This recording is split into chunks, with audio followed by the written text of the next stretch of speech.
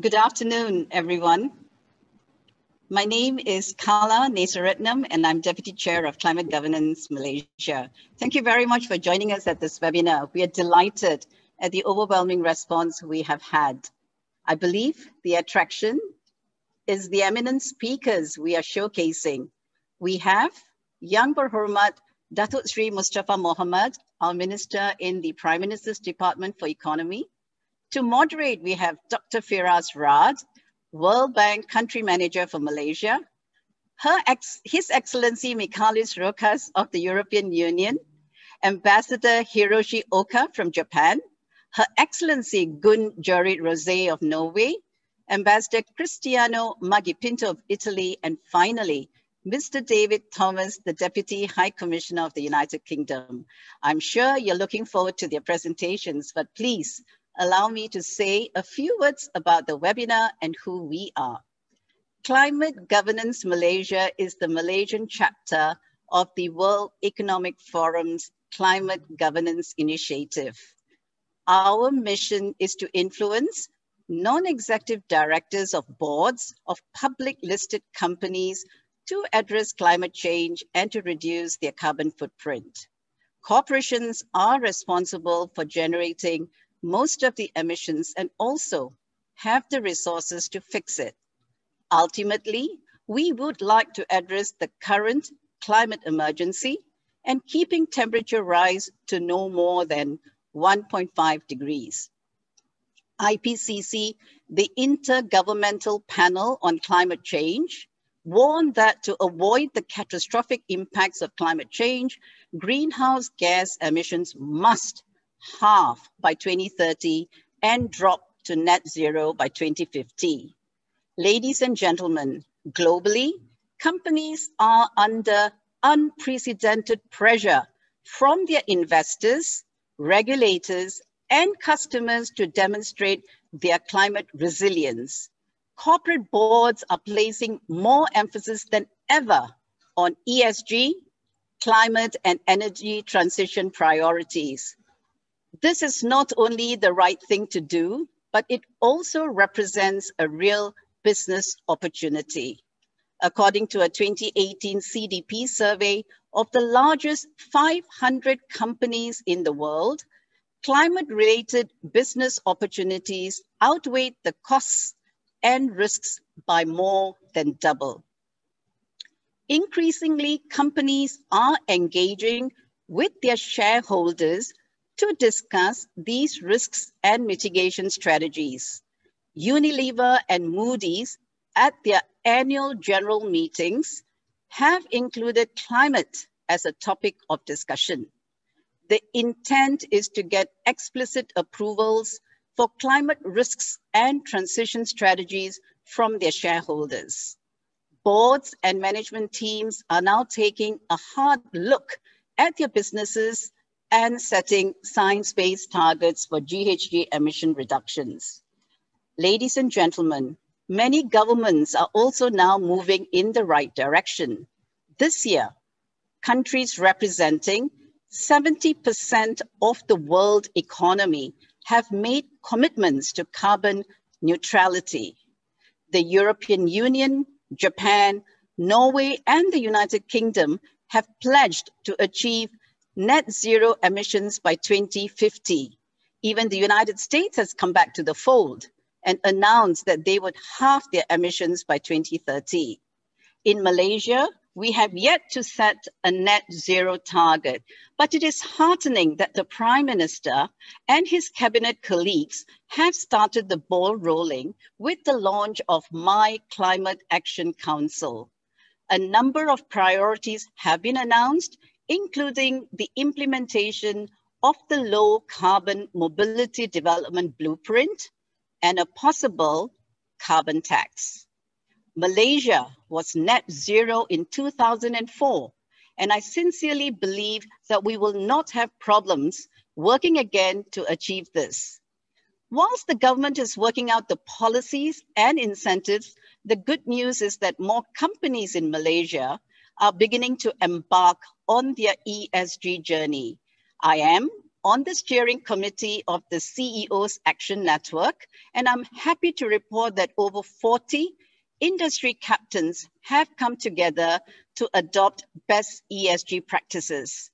Another more significant development is the recent declaration by EPF that it aims to make all its investments based on ESG practices by 2030. So EPF may no longer invest in non-ESG compliant companies, including oil and gas.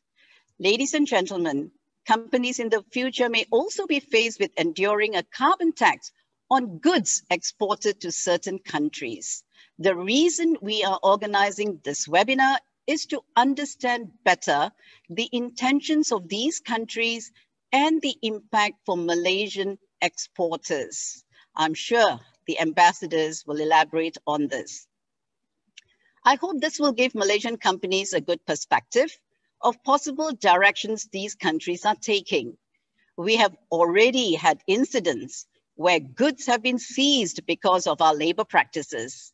Increasingly, Malaysia has attracted greater international scrutiny and criticism for issues pertaining to labor practices, human rights, and the environment.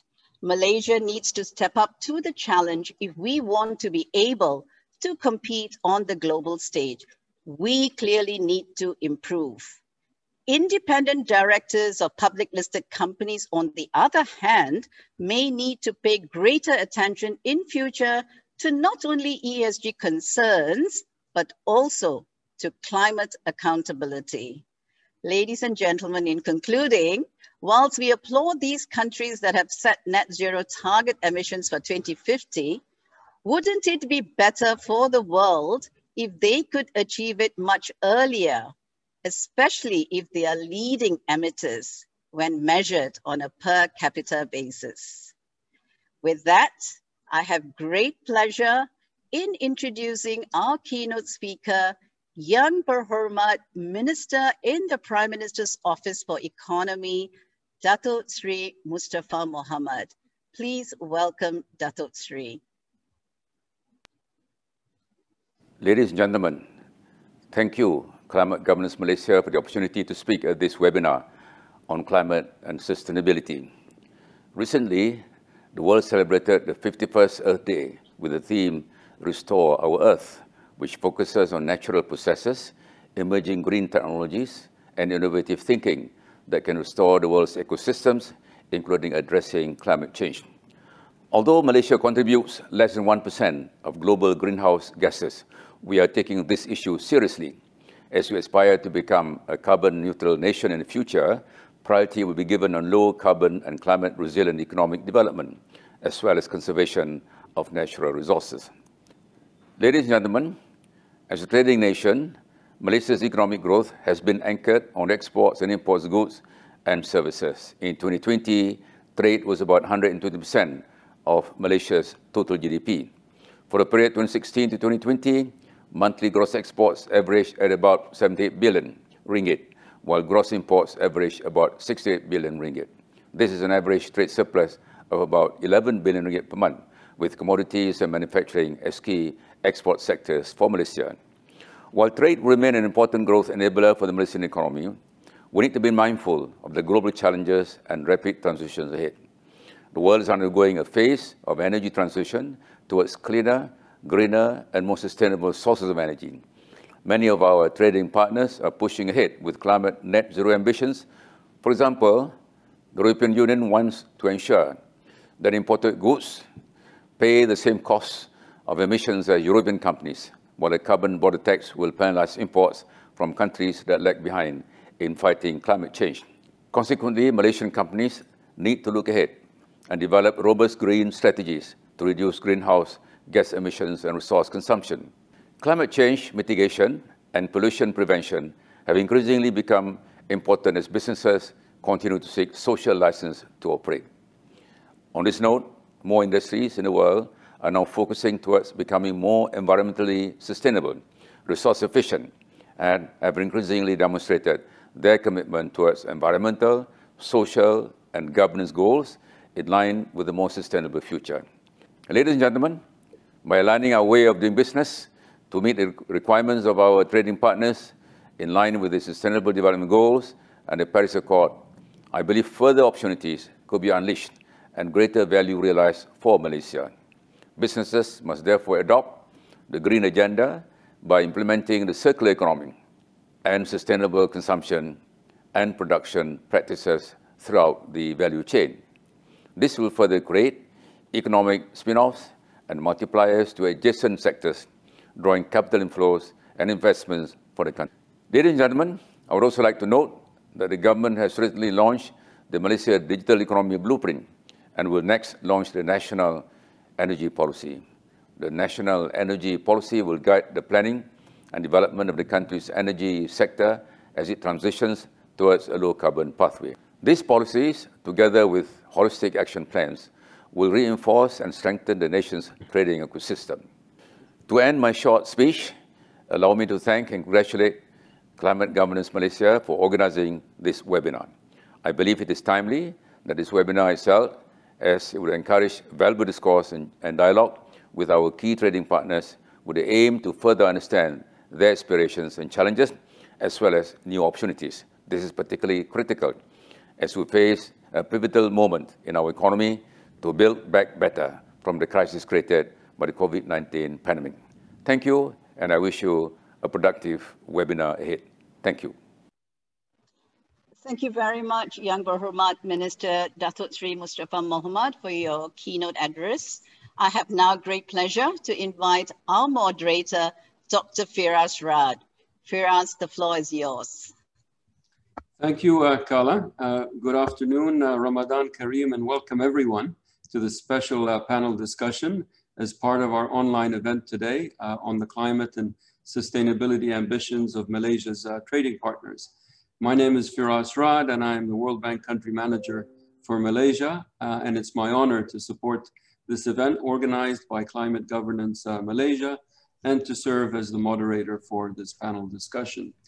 As articulated earlier by our keynote speaker, YB Minister Dato Sri Mustapa Mohamed, and by Dr. Kalanithi Nesaretnam in her welcoming remarks, global warming caused by rising greenhouse gas emissions continues to pose one of the most complex and threatening challenges to development progress in countries around the world. In the view of my institution, the World Bank, as countries plan their economic recovery from the COVID-19 pandemic, they have a unique opportunity to make investments that will not only unlock short-term gains like jobs and economic growth, but to also deliver long-term solutions, including the realization of low-carbon transitions.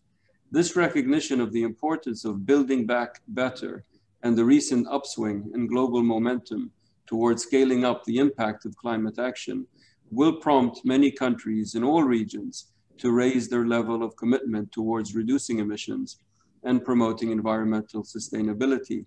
Malaysia and Malaysian companies that trade with the world will therefore have to adapt to this evolving global context, as an increasing number of the country's trading partners will be elevating their climate ambitions and imposing higher environmental standards, as well as ESG criteria on Malaysia's exports.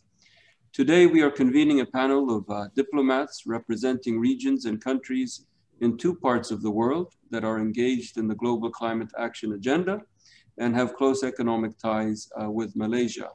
Our panelists have kindly agreed to share how their own regions and countries are responding to the challenges of the growing climate crisis in terms of evolving policies and how these changes may require Malaysian firms to make their own sustainability transitions. We are honored to have with us again His Excellency Michalis Rojas, Ambassador of the European Union, His Excellency Hiroshi Oka, Ambassador of Japan, Her Excellency Gun Roset, Ambassador of Norway, His Excellency Cristiano Magipinto, Ambassador of Italy, and Mr. David Thomas, Deputy High Commissioner of the United Kingdom.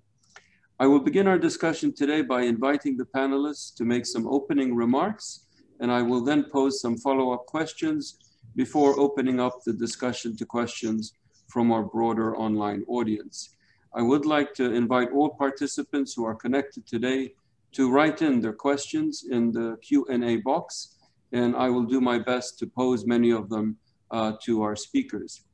With this brief overview, I will now first invite our panelists to make their introductory remarks, as I just said, and we'll ask them to comment on how the climate ambitions of the countries they represent are changing given the renewed global momentum in this area. So with that, I will begin with Ambassador Michalis Rojas from the EU. Michalis, the floor is yours, and you have around 5 to 7 minutes. Over to you.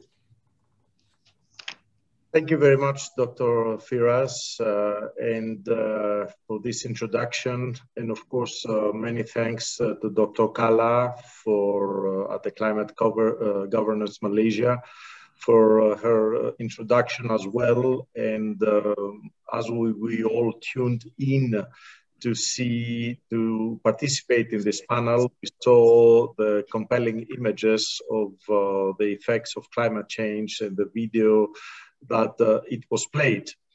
I also want to thank His Excellency Dato Shri, the Minister Mustapa, for his opening remarks and making an explicit reference to the European Union.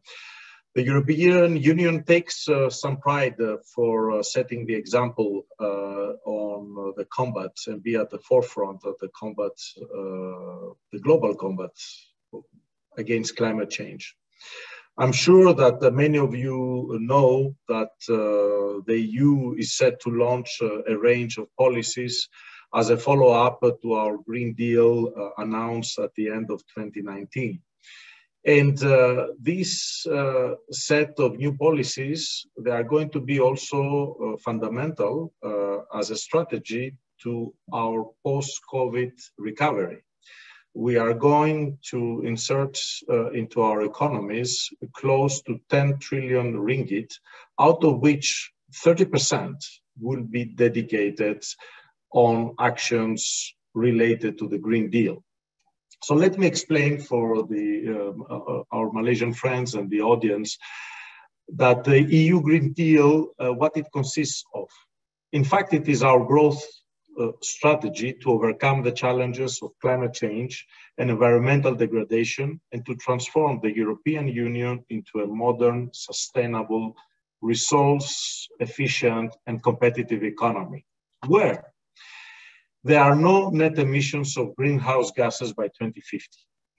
Economic growth is decoupled from resource use, and no person and no place is left behind.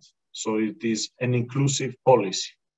So this range of policies is basically a package that we call it in our jargon Fit for 55, because the overarching objective is to achieve its 2030 climate target plan to reduce greenhouse emissions by at least 55% compared to the levels in 1990. This is very much a work in process. Our legislators are working tirelessly to come up with the proposals, but I'm happy to share the state of play with you today. So what is the EU working on? Is working on the Renewable Energy Directive. I'm sure you have heard about it here in Malaysia. But what it consists, I think it's important to know that the renewable energy is essential for clean energy transition and mitigating climate change. The EU's renewable energy legislation aims to promote the use of renewable energy across all sectors, including the use of sustainable biofuels in the transport sector. So what we call the Renewable Energy Directive 2, or RED 2, is subject to a formal review this year, and we are working with all stakeholders to ensure that the revisions are based on the best available scientific information, and I underline that. We have strongly encouraged our partners across the world and in this region to engage with the European Commission in that process. And of course, that concerns Malaysia. The process is expected to conclude in June this year. And we are very, very much looking forward to have constructive discussions here in Malaysia of how this is going to be implemented without any disruption to otherwise excellent bilateral relations. Let me say a word about our new deforestation policy. Studies and data, as also Dr. Kala said, show that forest cover around the world continues to decrease at an alarming rate. We know that deforestation is a major driver of global warming.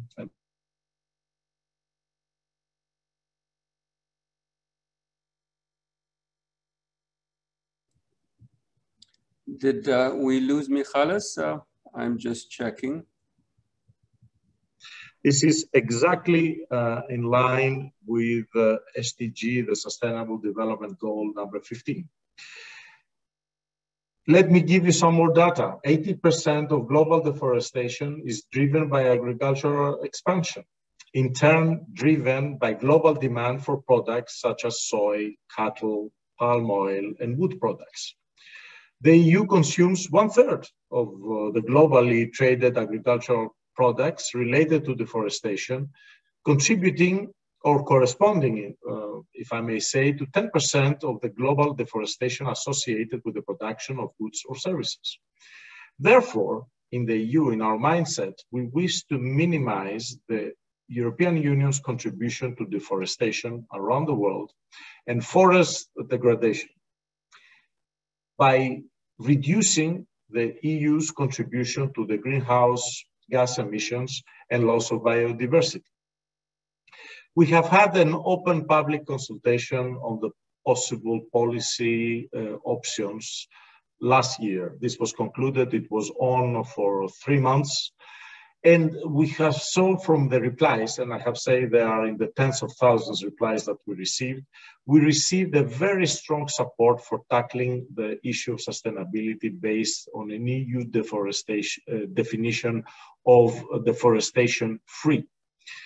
We all in the EU, as we are thinking of our development policies and as we develop these various aspects that concern all our trading partners around the world, we are assessing the impacts of these policies thoroughly, and we ensure always that they are compatible with the WTO.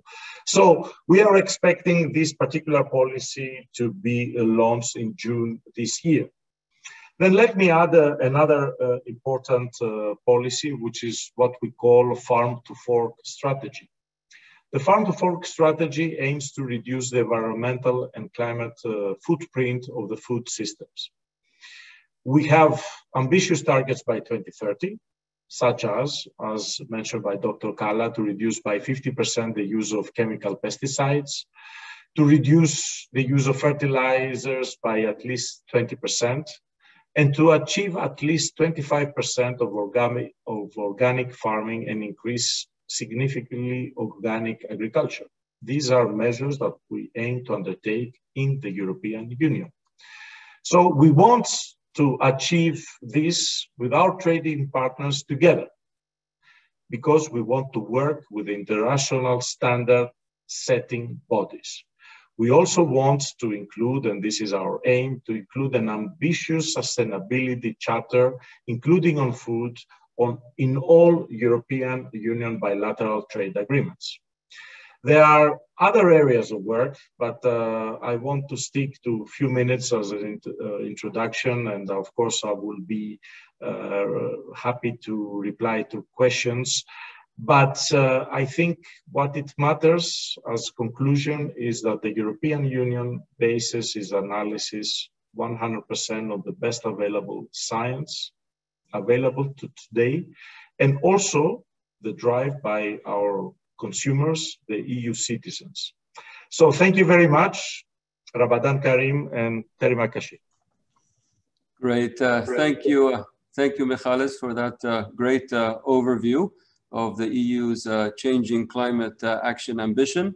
You covered a lot. You spoke about the EU Green Deal, the Renewable Energy Directive, the deforestation policy, the farm to fork strategy. So a lot of information and food for thought for this panel discussion. I will now turn it over to Ambassador Hiroshi. So Hiroshi, please go ahead. The floor is yours. Well, thank you very much indeed, Dr. Priest. Nice to see you on this webinar. And also thank to Climate Governance Malaysia for organizing this very timely webinar. Firstly, well, Japan is not the rich country, so we have traditionally focused on the efficient use of energy by energy conservation. Actually, Japan is one of the least the energy consuming country for the GDP in the world. And also we are now redoubling our efforts to introduce circular economy or circular society. We have introducing strategy, we name it 3 R's. They reuse and reduce and recycling, so that we are going to use less of the precious resources for running an economy.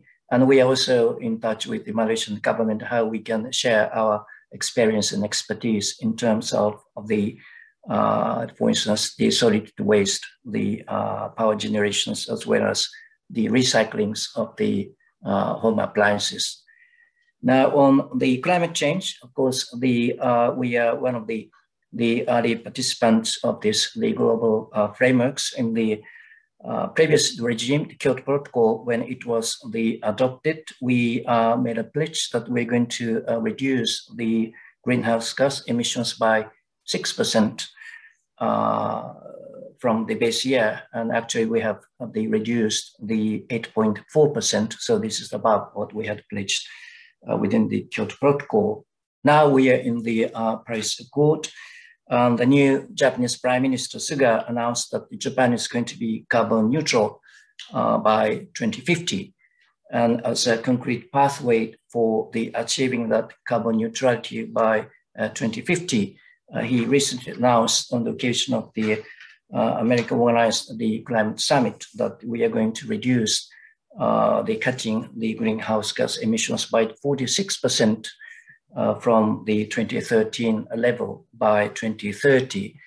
This is very much the raising ambitions, because previously our goal used to be reducing the 26% during the same year. So this is going to be a 80 or 70% rise in terms of our level of ambitions. Of course, this is a very much challenge. So we have put in place the green growth strategy, pursuing that we pursue economic growth. At the same time, the carbonizations, we depend on the green, the decarbonizations, the technologies. So we are going to mobilize all policy measures, the financing or tax incentives or the regulatory reforms to spur the investment so that we can put forth the green technologies. And of course, this region, ASEAN, is expected to continue to achieve high growth. So we are very much looking forward to sharing whatever green technologies we will come up with the ASEAN countries, so that ASEAN countries will also to pursue the twin goals, the continuous economic goals with the decarbonization based on the realities of the ASEANs.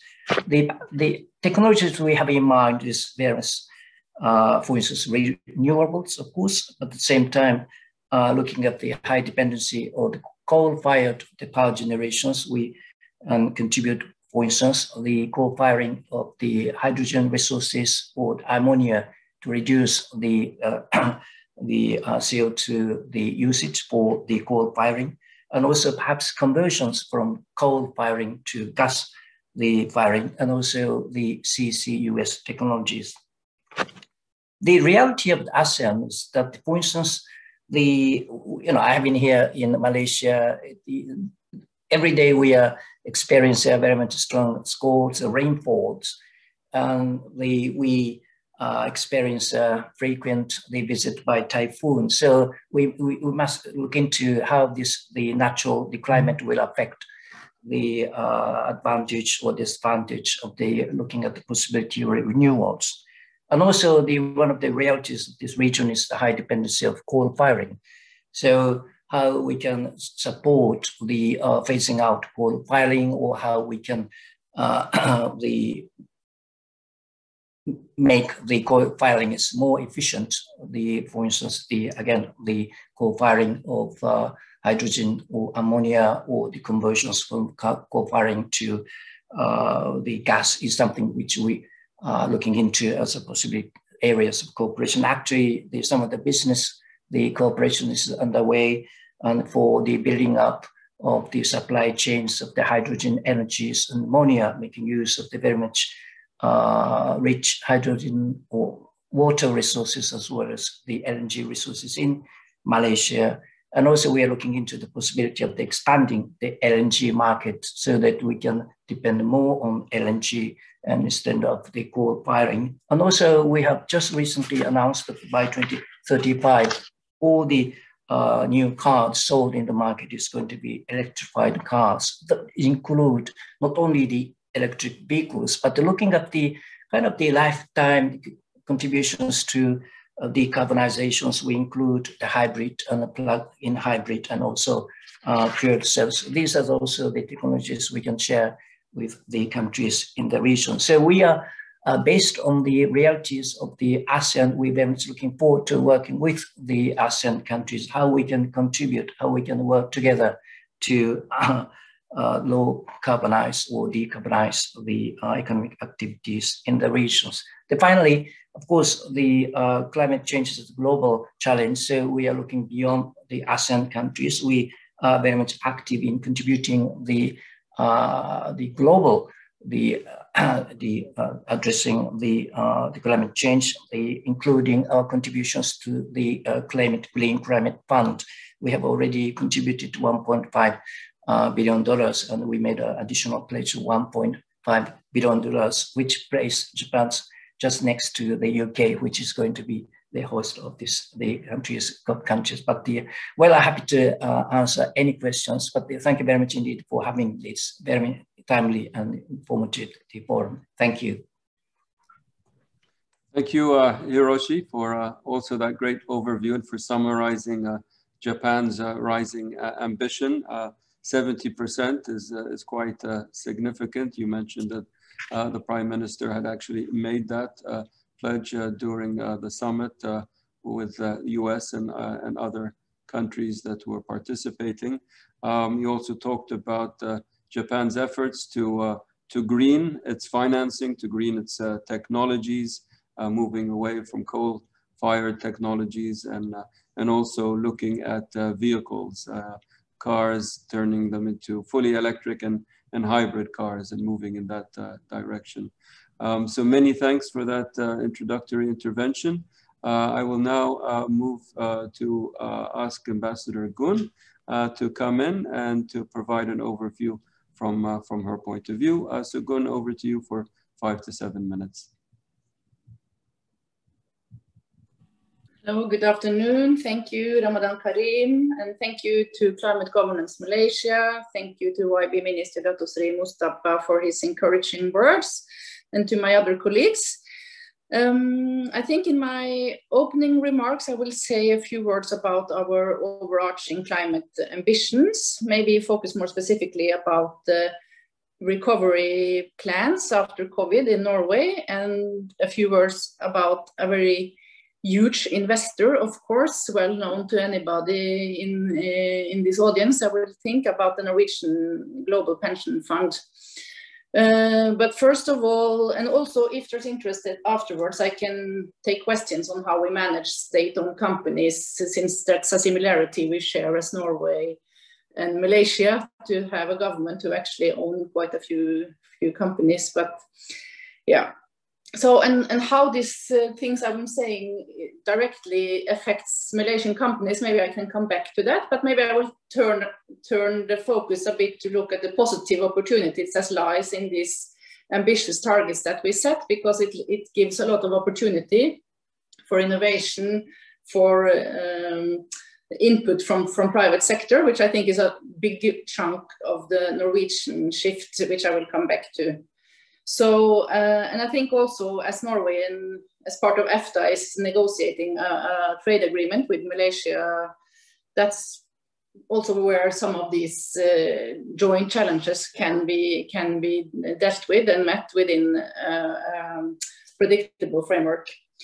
So as have been mentioned by Dr. Kala also, we have set quite ambitious targets, and 2050, of course, net zero. And on that path, we have set or reviewed our climate target under the Paris Agreement to reduce emissions with at least 50 and up to 55% compared to 1990 level by 2030. And this we will do in close collaboration with the European Union, which we have an agreement with. And in 2019, our emissions were on the lowest level since 1993.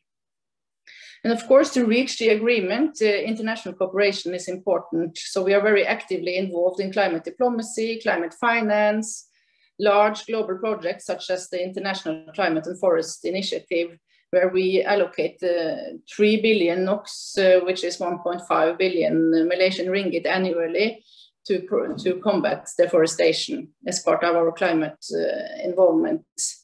But of course, as an industrialized country, an oil and gas producer, we will not shy away from the responsibility we have to adjust and to reduce domestic emissions. So in the last climate plan, this is the front page that was submitted to Parliament. There are concrete activities listed on how we will reduce emissions locally or domestically. And I will mention them because I think this will show also that this within those measures, there lies a lot of possibility for innovative companies and trade open countries who are willing to engage to combat the climate crisis. I cannot go into all the details, but some of the incentives we are looking into are, of course, fees and taxes, increase fees on greenhouse gases, increase the fee on non-quota duty emissions, but also positive tax incentives so that it's actually beneficial to invest in green solutions. We have imposed on the government stricter climate demands on public procurement. Of course, also targets on increased use of biofuels, which is relevant to the Malaysian debate to some extent. That the infrastructure and transport go green. And of course, as a country who produces 98% of its electricity based on renewable energy sources, electrification makes sense. Carbon capture and storage, we have a quite advanced strategy, a new strategy called the long ship strategy, which alludes to the old Viking long ships, where the government will contribute to develop technology for carbon capture, transport and storage, and facilitate cost-effective solutions for full-scale carbon capture and storage in Norway, which will then again also stimulate technological development and new jobs. In the maritime and shipping sector, 50% reduction of emissions, also from fishery activities domestically. And as part of the large green shift, which brings me then over to the green shift, that we sort of integrate also our oil and gas sector into the renewable grid. So our state company Equinor, the oil and gas company previously called Statoil, has recently invested in a floating energy farm, renewable or wind, floating wind, which will provide electricity and power to some of the larger oil plants or reserves in our continental shelf. So for us, I go then further to the green shift or the sort of recovery, there's sort of not a big shift between the long-term strategy and the immediate strategy to recover post-COVID, because we don't have time to make a break. So whatever measures that are introduced directly into companies or indirectly through support to innovation research will just continue the long-term strategy which lies in our report to Parliament on our climate obligations. Innovation research, these are long-term processes, so if we halt them now, it can lead to serious consequences in our ambitious climate targets and what Norway has set out to do.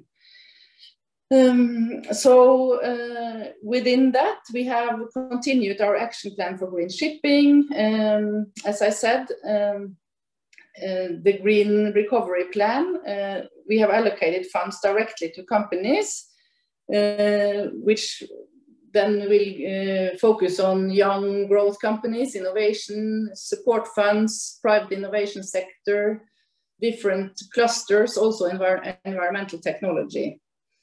And we also introduced a green platform initiative. I can talk more about the details in the green platform because I think the time is running. So I would like to say a few words about the pension fund before I stop. Of course, the pension fund, it's an investment fund. It's not a direct tool of the Norwegian government for our climate ambitions. However, there are guidelines set down by the Parliament where the fund will invest its trillion billion US dollar. So, and one of those sectors where the Stortinget has, or our Parliament has set quite clear restriction is that the investment should exclude a sector like coal.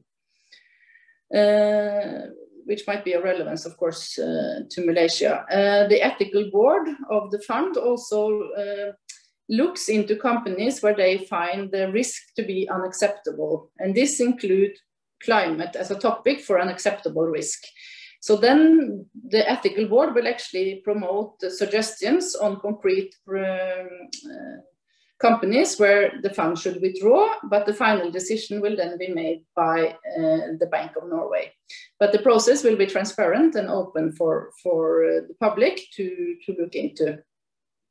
I think also the company or the fund, based on their own assessment, will sell out of companies where they feel the long-term risk is too high based on sustainable or a non-sustainable business model.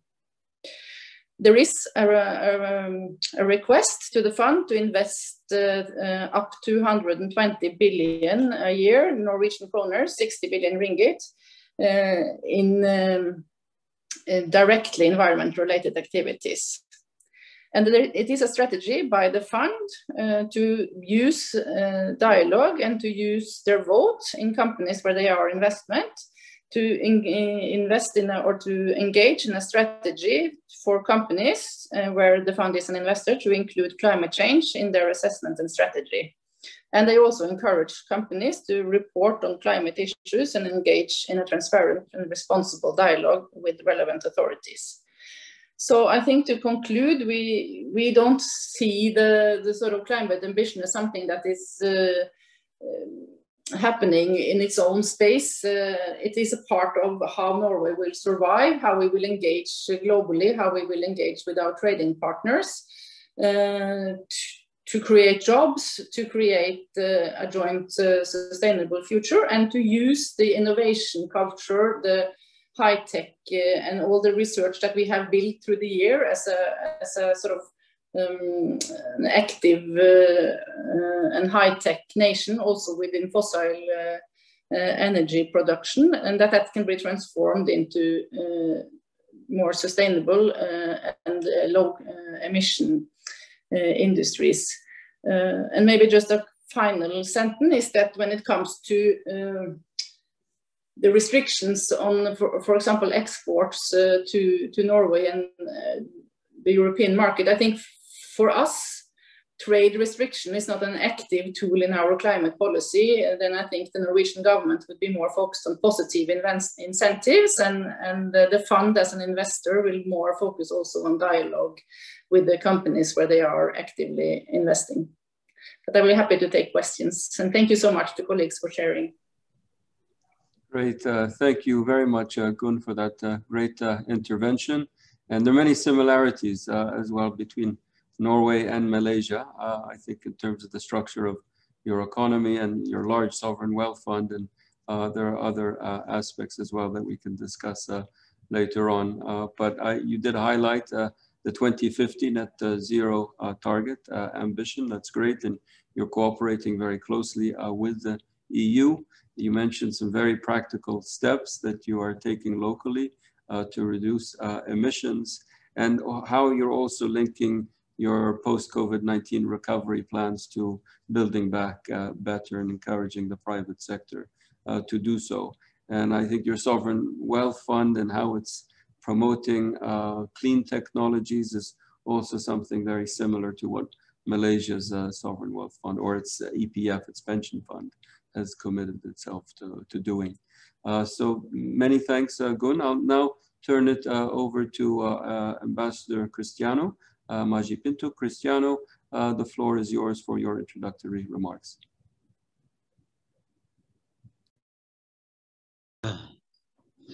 Thank you very much, Firas. Thank you very much to Climate Governance Malaysia for organizing this webinar, and thanks to the Honorable Minister Mustapa for his opening remarks of this seminar. Thanks to all the other colleagues who are here with us today. From the Italian point of view, 2021 is going to be a crucial year in tackling climate change. And Italy, from this point of view, is ready and willing to give its contribution to the success of the international effort in facing this challenge. And Italy intends to do this, first of all, because this year Italy is the president of G20, and second, but not less important, because Italy is also co-partner of the United Kingdom for the organization of COP26. From the point of view of the Italian presidency of G20, the Italian priorities are synthesized in the expression "a people, planet, prosperity." And I would add to this, a people, planet, and prosperity for all, because we intend to focus also on the ways in which we can step up support for the most vulnerable countries, and in particular the low incomes economies. As far as COP26 is concerned, Italy will do its part by hosting the pre-COP26 negotiations in Milan and the Youth for Climate event, which is a specific event dedicated to young people, to the importance that young people have in guarantee a fight against the challenge of climate change and for sustainability. We are also, of course, a member of the European Union. And as a member of the European Union, we are committed to the ambitious agenda that the European Union has posed to itself. First of all, by the recent decision by the European Council to reduce emissions by 2030 by at least 55%. This is a decision which has been taken in April, and of course in the long-term strategy of the European Union that has put us on a pathway to net zero emissions by 2020. As far as the specific Italian programs, Italy has just sent to the European Union its recovery and resilient plan, which is the plan that the European Union countries are predisposing also to as a recovery plan for the COVID pandemic. And at the core of our recovery and resilient plan are green and digital transition, because we think that this green and digital transition will give a huge contribution in order to shape Italy's future from the not only from the economic point of view, but also from the social and sustainability point of view. We this plan of relaunch is based on three strategic axes: to restart growth, to digitize and innovate, to contribute to ecological transition, and to contribute to social inclusion.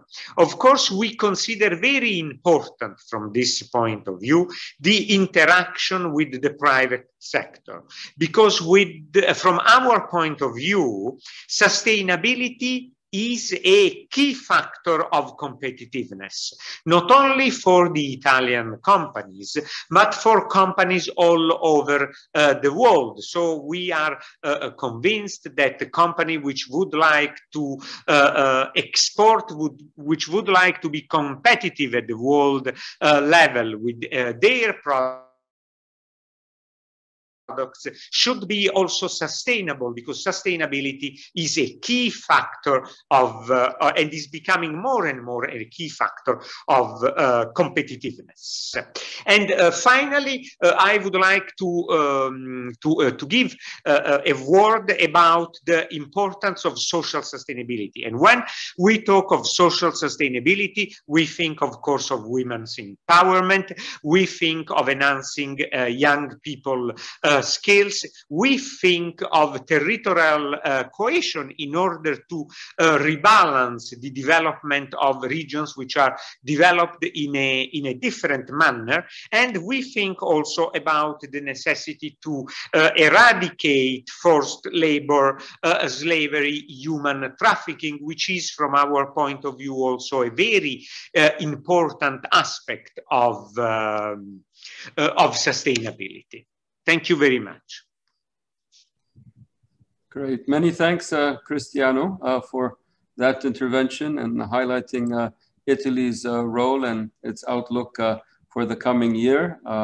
You said in its capacity as president of G20 and as also a co-partner with the UK in hosting the COP26, that Italy is leaning forward in significant ways, focusing on people, the planet, and prosperity for all, and with, you know, two lines underneath for all, as you said, to support the most vulnerable countries. And in terms of your commitment, it's very much in line with the EU as a member of the EU, trying to cut by 55% by 2030. In terms of your own priorities, you focused very much on the green effort and digitalizing activities, and also this concept of social sustainability and making sure that there's enough focus on that as well.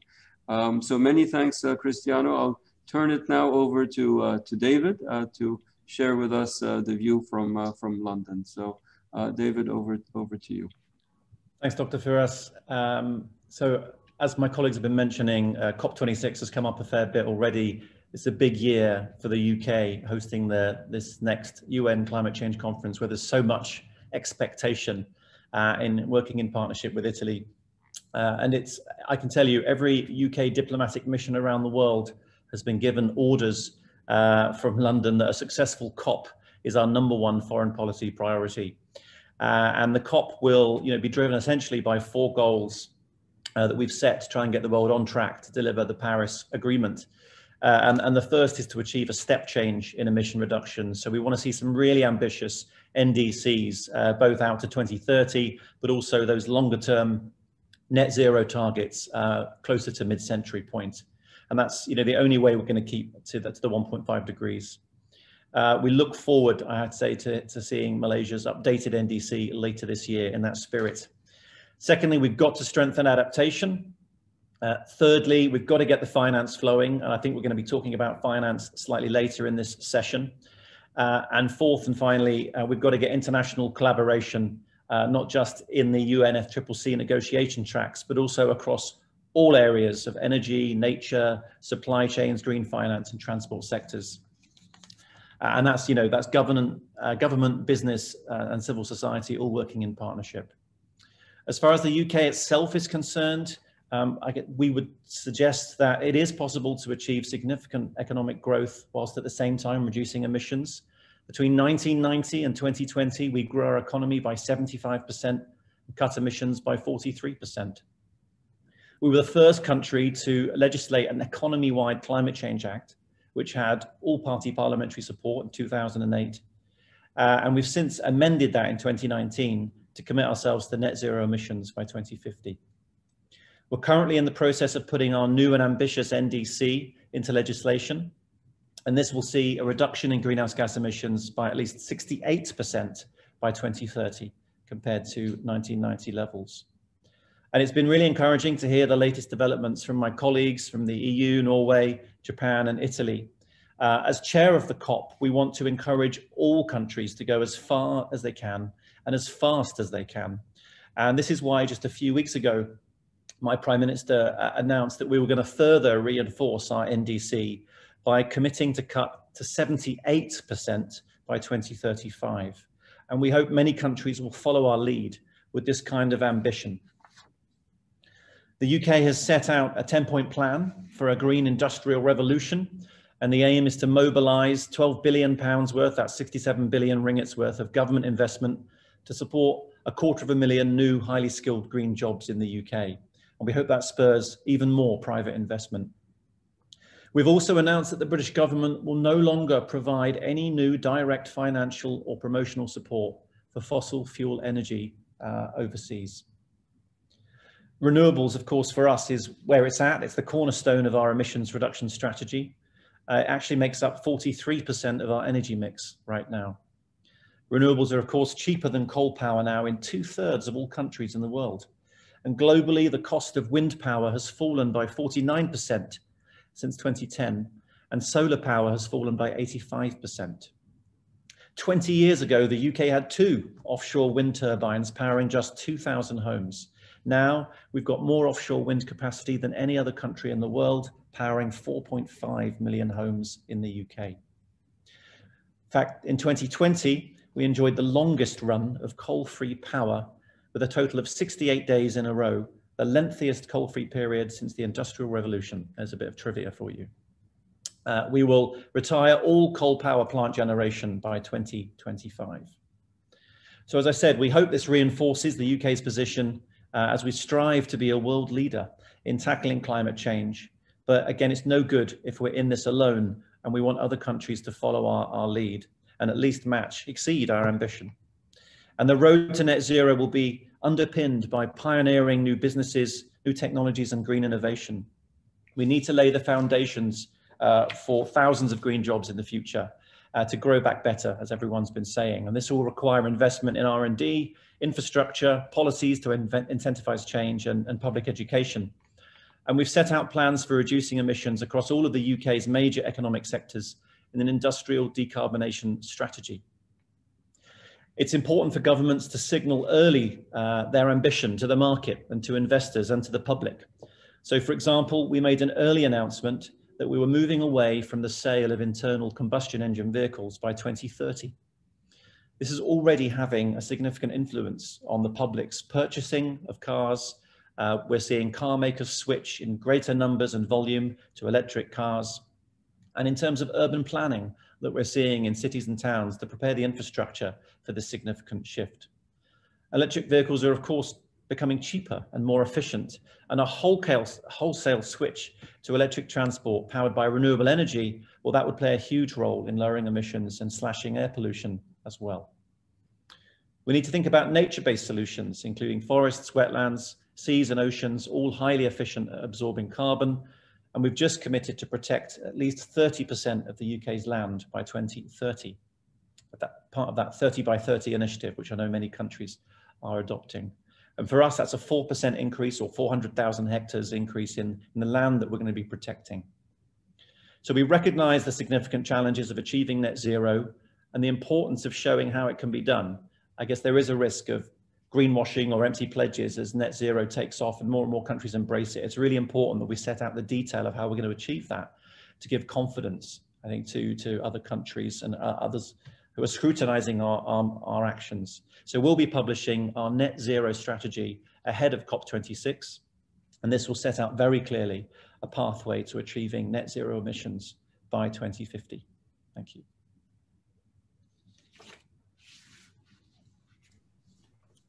Thank you, David, for all of that very valuable information and inspiring as well intervention. And as you said, COP26 is the #1 foreign policy priority for the UK. And I think now many countries around the world, you're looking for a sea change or a step change in the level of ambition. So I think that's a key priority. And then you focused on adaptation, financing, and international collaboration within the context of COP26. You also made the very important point that, you know, from the UK's own experience, you can actually grow the economy and cut emissions at the same time.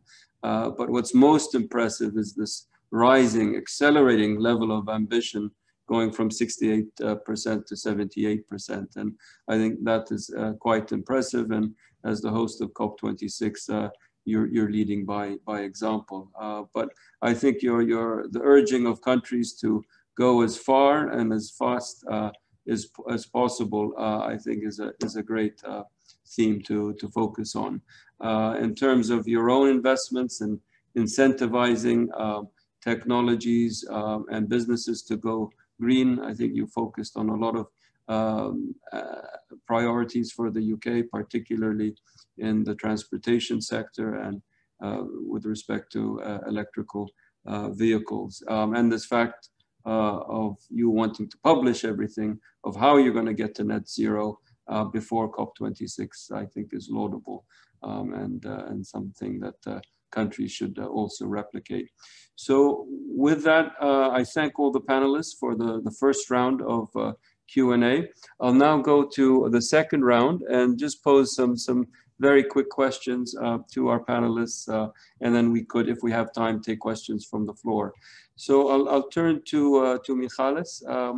Just to go back to the EU's decision in December to cut greenhouse gas emissions by 2030 by 55%. Could you elaborate a little bit more on how you see this agenda impacting the EU's trading relationship with Malaysian firms? As you know, there are exports of Malaysian firms to the EU. They represent about 10% of overall Malaysian exports. So it is a sizable market relationship. And just I'd invite you to maybe reflect on that question. So over to you, Michalis. Thank you, Firas. In order to respond to your question, maybe I think I need to add something else that has attracted attention in Malaysia. It is our carbon border adjustment mechanism that we plan to roll out in the next 2 to 3 years. And the reason is that the EU legislators, we are convinced that we are building, we have to build this greener future, but we cannot do it on our own. Everybody needs to be involved. So as you said, the EU is determined to ensure that our declared greenhouse gas reduction targets, 55% by 2030, are required to keep the temperature goals for the Paris Agreement within reach. And they have to be implemented in practice. So we are trying to translate this into our legislation. But we want our international partners, including Malaysia, to share a comparable level of ambition. And we are waiting for these announcements. And also we are ready to assist in that regard. So we do not want to allow, our ambition is that as long as climate action is not equally taken at global level, there is a risk of carbon leakage. Put it simply, companies transferring production to places where the decarbonization requirements are less strict, and as a result, they increase their emissions there, thus leading to a global increase of emissions. So we don't want this diversion. So we want to work, all of us, closely. So coming back to the impact of the EU-Malaysia trade and investment relationship, producing and consuming sustainably, it is a necessity. So it is an irreversible process. Companies need to adapt or risk losing access to EU markets. But maybe other markets will remain open for a little bit longer, but not forever, because this is the tendency everywhere. So it is the time to constructively engage to be successful together. So from our side, and we are in all our talks with the Malaysian government, we will see how we can achieve together and how our measures are understood and how it is a comparable level of ambition in Malaysia and in ASEAN in general. So let me also reassure that all our measures will be WTO compatible. But as pollution does not know borders, the EU will ensure that level playing field is restored. So doing business, of course, has its costs, but the cost, as also proven by the other interventions and by David and others, it's quite clear that investing on clean technologies, now it has become even cheaper, thinking of all the impact than polluting industry. So we need to have the cost should not be the lowest for those wanting to neglect sustainability, both environmental and social. So we go and we should not allow investors to go where the bar is the lowest.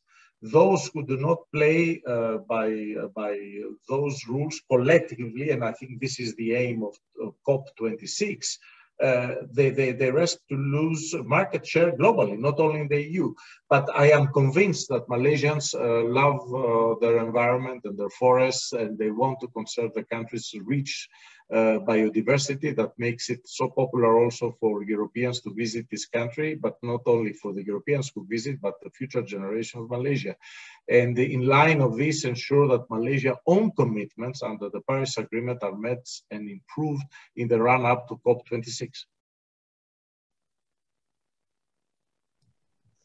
Great, thank you, Michalis. Let me turn to Hiroshi again. Hiroshi, just to go back to Prime Minister Suga and his announcement that Japan would be raising its level of ambition. From your perspective and the government's perspective, how will this rising level of ambition translate itself again into higher environmental standards? And how may this affect also Japan's relationship with Malaysian firms? Will there be an impact of any sort? Over to you, Hiroshi. Well, thank you. The raising the cutting target from the previous 26% to 46% by 2030 is intended to achieve the carbon neutrality by 2050. And we have yet to elaborate on the energy mixes. But this is something we need to look into to achieve the target, the reality. And again, the key is the innovative, the low carbon technologies. And firstly, we have to address develop these green technologies. But we are very much intertwined, interconnected the world. So whatever benefit or technologies need to be shared for the benefit of the neighbor regions of ASEAN. So whatever ways our technology would be useful for the decarbonize the ASEAN economies. So this is something we are very much looking forward to work together.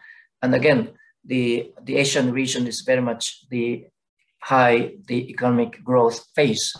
So the green technology would be used not to kind of slow down the legitimate economic growth, but to continue the economic growth. But at the same time, this will not, the environment, the damage will be made to. So, and again, when it comes to I mentioned about the coal firing, but we cannot just get rid of the coal firing in one day, but still, this is very much available, the resources to run the economy, to run the development, but at the same time, how we can work together to reduce the negative impact on the environment by making use of the coal. So we kind of looking into the possibility of making use of the hydrogens and ammonia to make the coal firing less the environmentally damaging. And this is something we are doing on a G2B basis, but at the same time for the B2B basis.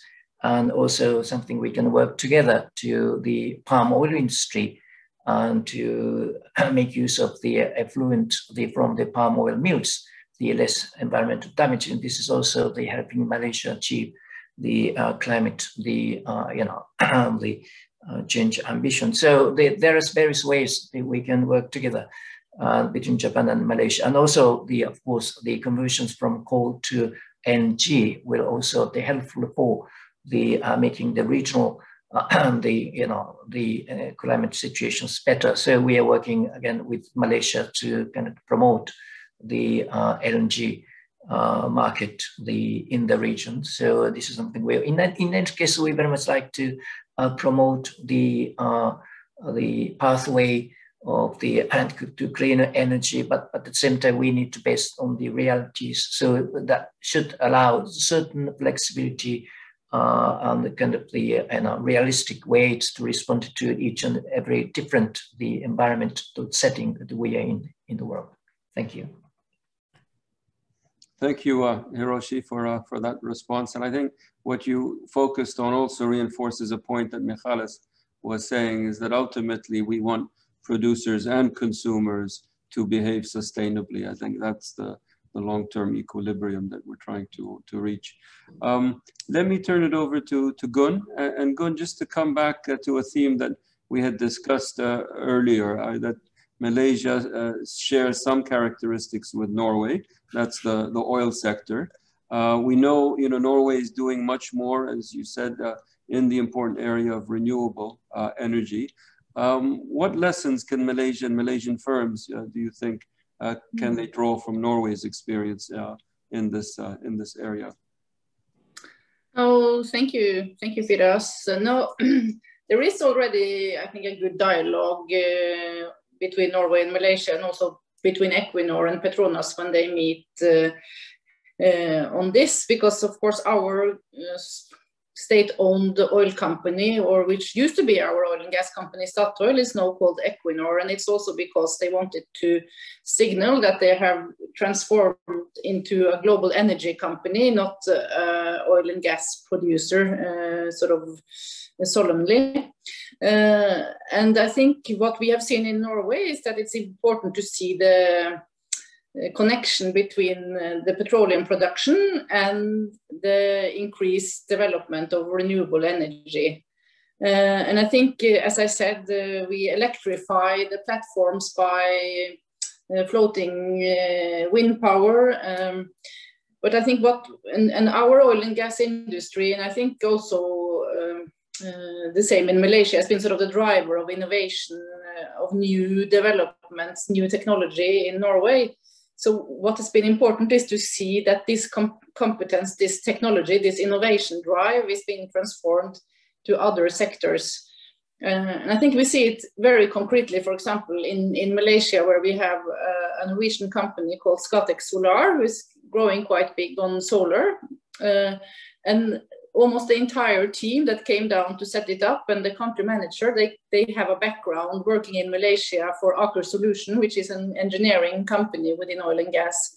So they use that expertise, that experience of running these big energy projects now into the next generation of energy production. But I've seen, very strong statements from Petronas that there's a willingness in the company. And I think, of course, if they want to be prosperous and successful in the future and to sort of create revenue from other sources. I think that will be a necessity, as Michalis was also saying. That is where the future lies. That's where the consumers, more than us as government, will dictate this development. It's where what products they will buy, what will be sort of the future, and then the companies have to be able to offer these products. So I think that's a development that cannot be stopped in Norway nor in Malaysia, but also both politically and company to company, there's an ongoing dialogue on sort of transforming the knowledge and the expertise of the sort of fossil fuel industry into the future energy sector. And I think there's a lot of things that we can discuss. And of course, if Malaysia finds the Norwegian experience of relevance, we will always be willing to share. And I think joint research projects and dialogue is absolutely going to happen. I feel certain about that. So thank you. Okay, thank you, Gun. And I like this last point about joint activities between Norway and Malaysia, because there's so much learning that happens when you do things together. Let me turn to Cristiano. Cristiano, according to some recent data from the Climate Performance Assessment Index, Italy is faring relatively well. I think it will fare better now going forward, outperforming some of its neighbors like the Netherlands, but lagging behind some of its neighbors like France and Finland. And now with your rising climate ambition, obviously the challenge is in implementation. And we know this from many countries around the world, that you can pledge, but then there are contractual arrangements, there are institutional setups and so on. So do you have any lessons that you may want to share from Italy's current experience for Malaysia? Because we know Malaysia is now in the process of revising and upgrading its own NDA, and it will have to contend with the implementation challenges of going green and much greener. So Cristiano, over to you.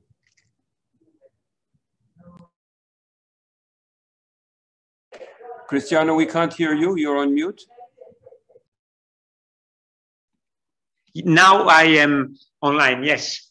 Thank you. I had not noticed that I was muted.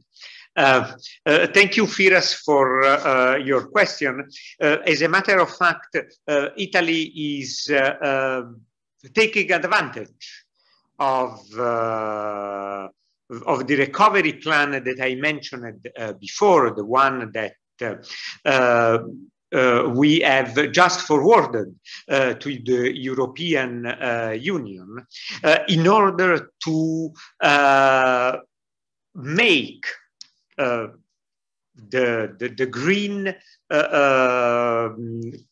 green revolution, I would say, the core of our growth plan in the next few years.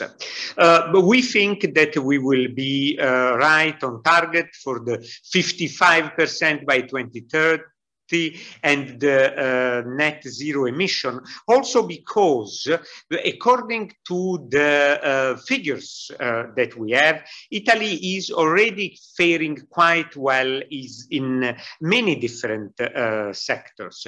For example, according to a progress report which has been published by the European Commission in October 2020, some states, and among them there is Italy, have already achieved a share equal or higher than their target for 2020. And as a matter of fact, Italy is in the last few years leading in many different, I would say, green sectors. For example, for the third consecutive year, Italy is the first for circular economy among the European Union biggest economy with an index of 79. We have the highest rate of waste recycling in in Europe with 79%. And one important thing is that almost 1 out of 3 of the Italian companies have made investment in the green sector in the last 4 years, between 2015 and 2019. And this is very important because, as I said before, we think that sustainability and going green is the key of for competitiveness, as Michalis also stated before. And an Italian company, Enel Green Power, is now the world's largest private operator in the renewable sector, which is a big advantage for Italy too, because Italy is the second country in the European Union after Germany for renewable sources installed capacity. So we are trying to, I would say, to do our best in order to reach all the targets. And in some of this, we are also, and we are proud to say that we are in some of the best position at the European level or at the world level. And of course, we are available. We have already engaged Malaysia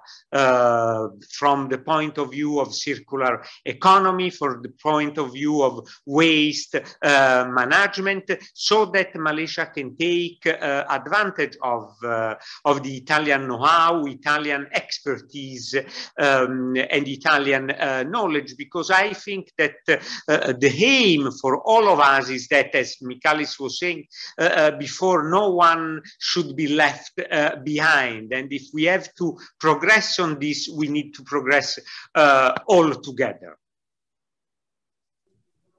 Okay, many thanks, Cristiano. And I do like this theme of not leaving countries behind. And now we'll probably come to it in a question to David, a follow-up question.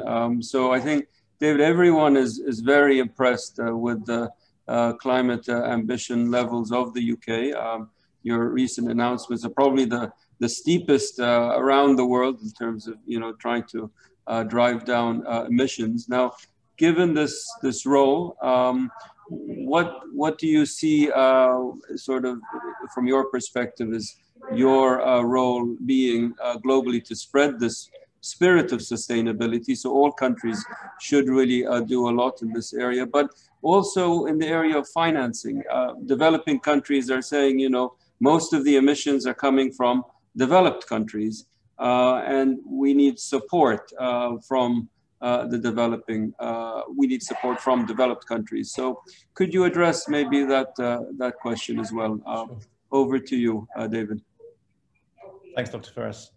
I think just on the first part of your question, in terms of sort of global leadership, I would emphasize something I think that Michalis said, which is, you know, we're on an irreversible direction of travel here. Clean growth presents probably the most significant growth opportunity of the 21st century. And so I would appeal to Malaysian, you know, companies and investors listening that they need to get on this train. You know, solar and wind are predicted to undercut coal and gas everywhere by 2030. That's a really important, you know, date to register.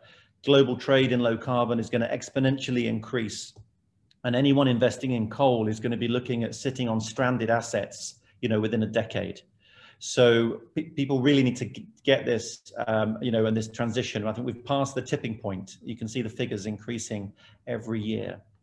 And obviously, yes, as part of this, developed countries need to step up. And I think we can use our role as the presidency, not just of the COP, but also of the G7 this year, to push and promote and hold developed countries to the pledge they made at Paris to deliver $100 billion in international climate finance. You know, this is a matter of trust, and we have to deliver on this.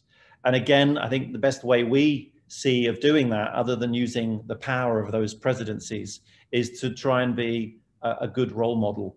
And I also want to address a question that came up that we were forwarded in advance of this from one of our viewers about the UK and its aid budget, because as everyone knows, it was cut this year. But I would advocate that we are still one of the biggest donors in the world. This year, we're giving 0.5% GNI. That's £10 billion. It was still the fourth largest humanitarian donor in the world. And we're not going to reduce our climate ambitions in this. We are committed to delivering £11.6 billion, that's 66 billion ringgit, of international climate finance over the next 5 years. And between 2016 and 2020, we contributed about £5.8 billion of international climate finance. So this is still a major priority for us. And to answer another question that came up, we do see it as being a balanced split between adaptation and mitigation, and we'd urge others to do the same. In terms of what's happening in Malaysia, where we want to play, a part, we have been funding various climate projects, and we've just actually funded a suite of climate projects valuing almost £2 million through something called the UK Pact, the Partnership for Accelerating Climate Transition. And we've had other programs running in recent years valued at about £3.5 million, focusing on energy efficiency and green finance and smart cities. And you may have seen the recent KL City Climate Action Plan, where they've also aspired to net zero by 2050. We supported the development of that, and we look forward to seeing the details shortly. So we're open to building more joint programs in Malaysia in partnership with either the state level, federal government, non-state actors, to support the Malaysia NDC, which we hope to see soon. And yeah, I think that's what I'll stop there, conscious of time. Thanks. Great, many thanks, David. And I also just want to reiterate the importance of leading by example, which you have been stressing, and your country has also been taking action, clear action in this regard. But and that all countries, developed and developing, need to take this agenda seriously. But you also said that you will be holding all countries that made pledges in 2015 in Paris, holding them to account and trying to mobilize sufficient resources to support all countries, particularly those that are most vulnerable. And I also appreciate the point you made about making sure that there's the right balance between mitigation and adaptation. So with that, we have actually come to the end of this great discussion. And I would like to thank all panelists on behalf of the World Bank as a supporter and partner in this event. And I do look forward to interacting with Climate Governance Malaysia in the future. And also just to say that there were many questions that came to us. Regrettably, we weren't able to answer many of them, but I think Kala will address how climate governance will actually answer those questions going forward. So with that, I will now hand it back to Kala. Kala, over to you. Thank you very much, Firas. And yes, like you said, there were so many questions that was in the Q&A box. Unfortunately, time didn't permit for it to be answered, but rest assured, we will make sure that the questions posed will be answered, and it'll be on the website in the next few days. With that, I would like to say my thank you now. Thank you, Your Excellencies, and Dr. Firas for the very informative session, and also to the panelists who actually posed all the questions, which was not answered, but we'll make sure it would be in the next few days. And I think the take-home message to all is that we must continue to take collective action, build a real global partnership, and not play the blame game, let alone apply trade barriers under the pretext of environmental issues. Thank you all once again, and we hope to see you again at another CGM event. Bye-bye.